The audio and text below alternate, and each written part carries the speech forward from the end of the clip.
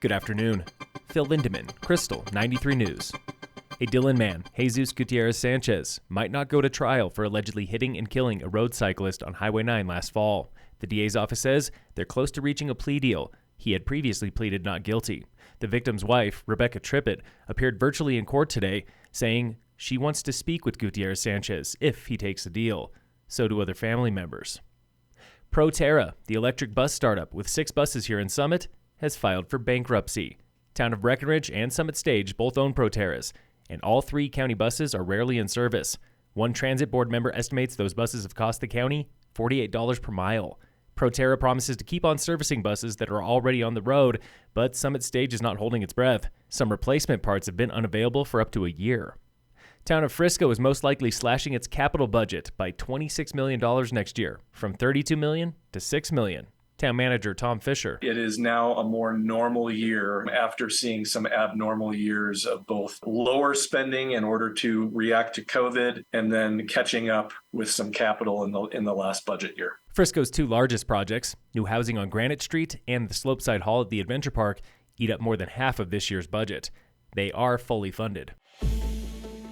This week on the State of Summit. At the middle of the night, I'm driving and there's just people walking by. So I think it's dangerous. We don't have any light over there at all. That was Jessica. She lives at the Swan Meadow Mobile Home Park in Summit Cove, where, unlike most, she owns a car. For winter, I think it's bad, especially when I see people walking with groceries and with their kids. She has lived there 10 years, and for just as long, her mom, now in her 50s, has walked 20 minutes to the nearest bus stop. My mom hasn't gotten her by a car, but she slips, and I'm sure a lot of people have gotten her up there. Jessica was joined by nearly 30 neighbors at this morning's transit board meeting.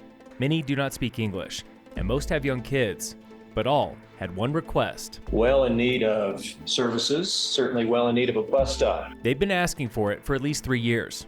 Leading this latest campaign is Miriam, and it started with a petition. I haven't even finished saying what I was trying to say, and people were like, oh, give it to me. I want to sign. Miriam collected over 140 signatures and took them to Mountain Dreamers, a Frisco nonprofit supporting local immigrants. Is when I ask if they can please support me and help me to make this happen. Mountain Dreamers put this appeal on today's meeting agenda, and the board unanimously agreed Swan Meadow needs a bus stop. And I am so happy today. It will not be cheap, up to $250,000 after road improvements.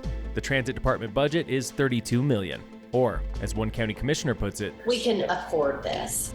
Tune in again next week for the State of Summit on Krystal 93. Stop by Baker's Brewery today for happy hour and a talk about local water issues. Share a beer with Blue River Watershed Group, Friends of the Dillon Ranger District, and HC3. Happy hour with Water Pros starts in about 30 minutes at 4:30. That's at Baker's Brewery in Silverthorne. Local fire danger remains moderate today in Summit, still with no fire restrictions. In sports, the Rockies play the Braves today at 6:40.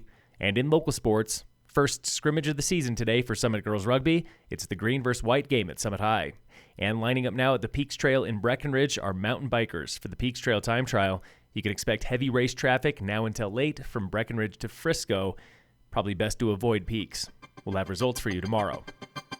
Phil Lindemann, Krystal, 93 News.